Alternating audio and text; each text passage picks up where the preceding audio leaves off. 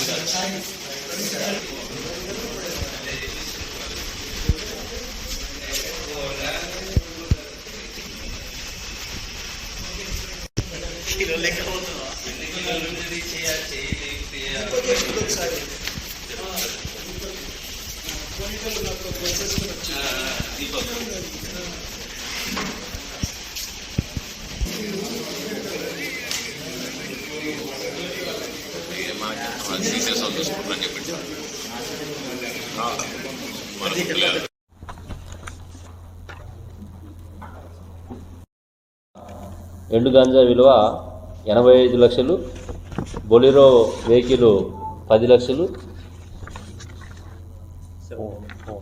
7 mobile phones విలువ 70,000, మొత్తం కలిపి 95 లక్షల విలువ ఉంది.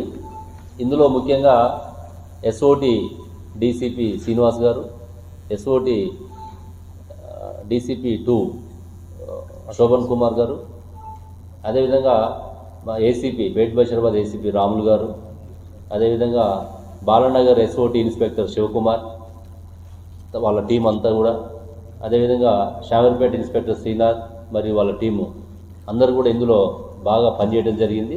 సిపి సార్ కూడా వీరిని అప్రిషియేట్ చేయడం జరిగింది. వీళ్ళకి ప్రాపర్గా అప్రిషియేషన్ లెటర్స్, రివార్డ్స్ ఇవ్వడం జరుగుతుంది. ఇంకా కూడా పబ్లిక్ ఎవరైనా సరే ఇప్పటికీ చాలా వరకు అవేర్నెస్ మన హైదరాబాద్ సిటీలో ఈ కమిషనరేట్ అన్ని ప్రాంతాల్లో కూడా బాగా అవేర్నెస్ జరుగుతుంది. టీనాప్ ఏర్పాటు చేసిన తర్వాత అదేవిధంగా ఎస్ఓటి వాళ్ళు పూర్తిగా అదే పని మీద 24/7 పనిచేస్తున్నారు. ఇంకా మీ యొక్క ప్రాంతంలో ఇట్లాంటి గాంజా సప్లై కానీ, గాంజా వినియోగం కానీ, ట్రాన్స్పోర్ట్ కానీ ఎలాంటి సమాచారం ఉన్నా కూడా మీరు డైల్ 100 కానీ, అదేవిధంగా సైబరాబాద్లో ఉన్నటువంటి వాట్సాప్ నెంబర్ 9490617444 ఈ నెంబర్లకి మీరు సమాచారం ఇస్తే కాన్ఫిడెన్షియాలిటీ మెయింటైన్ చేస్తాం. ఎవరైతే నేరస్తులు ఉన్నారో వాళ్ళ మీద వాచ్ పెట్టడానికి, యాక్షన్ తీసుకోవడానికి అవకాశం ఉందని చెప్పి తెలియజేస్తూ, ఈ సందర్భంగా వీళ్ళందరినీ కూడా నేను ప్రత్యేకంగా ఈ టీం అందరినీ కూడా షామీర్పేట పోలీసు మరియు ఎస్ఓటి టీం అందరినీ ప్రత్యేకంగా అభినందిస్తూ వీరికి శిక్ష పడే విధంగా మేమంతా కూడా ఎవిడెన్స్ని కోర్టులో ప్రొడ్యూస్ చేస్తామని చెప్పి తెలియజేస్తాం.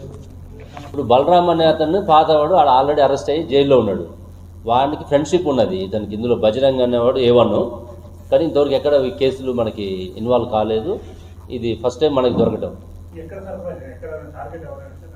అంటే ఒరిస్సా నుంచి తీసుకొని కేవలం మన రోడ్డుని ట్రాన్స్పోర్ట్గా వాడుకుంటారు వాళ్ళు, మన ప్రాంతాన్ని. ఇక్కడ ఎక్కడ రిసీవర్ కానీ ఇక్కడ అమ్మటం కానీ లేదు. డైరెక్ట్గా మహారాష్ట్ర వెళ్తుంది ఇది.